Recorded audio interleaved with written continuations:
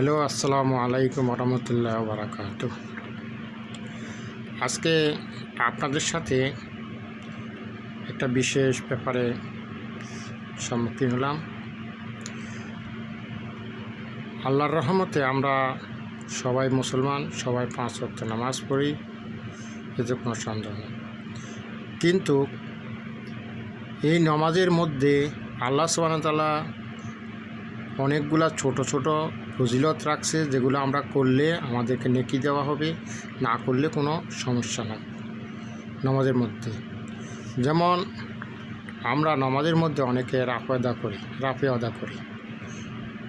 রাফে আদা যদি আপনি করেন, প্রত্যেক রাফে আদার মধ্যে 10 নেকি করি আপনার আমলনামায় যোগ হবে। আমি বুঝাতে পারছি? যেমন 1 রাকাত বিশিষ্ট নামাজ, যেটা 1 রাকাত বিশিষ্ট মানে আমরা যেটাকে আমরা ভিতর বলি 1 রাকাত বিশিষ্ট নামাজে 3 বার রাফে আদা আছে। 3 বার 1 রাকাত বিশিষ্ট নামাজে 3 বার রাফে আদা আছে। 3 বার আপনাকে রাফে আদা করলে 30 নেকি। এটা আপনাকে নামাজের ভিতরে এক্সট্রা বোনাস হিসাবে আপনাকে আল্লাহ সুবহানাহু ওয়া তাআলা দেবে। 2 রাকাত বিশিষ্ট নামাজের মধ্যে 5 বার রাফে আদা, 5 বার রাফে আদা। 3 রাকাত বিশিষ্ট নামাজের মধ্যে 8 বার রাফে আদা করতে হয়। 8 বার 3 রাকাত বিশিষ্ট নামাজের মধ্যে 8 বার রাফে আদা করতে হয়। 4 রাকাত বিশিষ্ট নামাজের মধ্যে 10 বার রাফে আদা করতে হয়। 10 বার। তাহলে এই রাফে আদা যদি আপনি একবার হাত তোলেন, আল্লাহু আকবার বলে একবার রাফে আদা হয়ে গেল, একবারে আপনাকে 10 নেকি দেওয়া হবে। 10 নেকি আপনার আমলনামার মধ্যে এক্সট্রা বোনাস হিসাবে আল্লাহ সুবহানাহু ওয়া তাআলা আপনাকে পুরস্কৃত করবে। কিন্তু এই রাফে আদা করলে আপনার জন্য, আপনি ভালো করলে সব পাবেন, না করলে কোনো সমস্যা নাই, কোনো অসুবিধা নাই। আপনাকে করতে হবে রাফে আদা, এমন কোনো বাধ্যতামূলক নাই।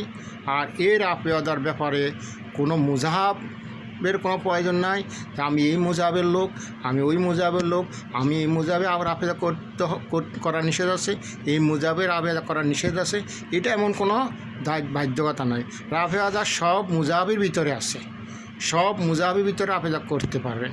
আপনি করলে ইচ্ছা, না করলে আপনাকে কেউ বাধ্যতামূলক বলে নাই করতে হবে।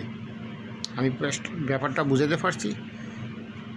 তাই আসুন, আমরা জীবনে অনেক গুনাহ করি, অনেক পাপ করি, একটু একটু করে আপনার আমলনামা যদি সওয়াব বাড়াতে পারেন, এটা আপনার জন্য ভবিষ্যতে পরকালে আপনার জন্য মঙ্গলজনক হবে।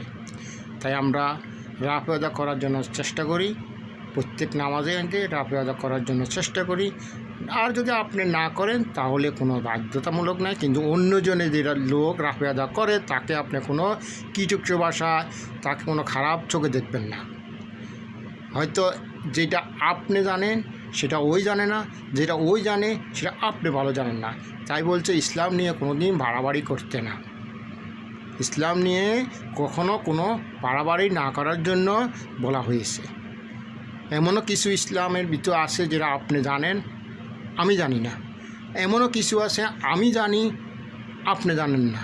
তো সত্য মিথ্যাটা কোনটা আপনি তো যাচাই না করে একজনের একটা জিনিস করলো, আপনি এটাকে নিয়ে ঠাট্টা মজাক করলেন, এটাকে নিয়ে মুজাব ভাগ করলেন, এই মুজাবের লোক, এই হানবি মুজাবের লোক, এই মালি মুজাবের লোক।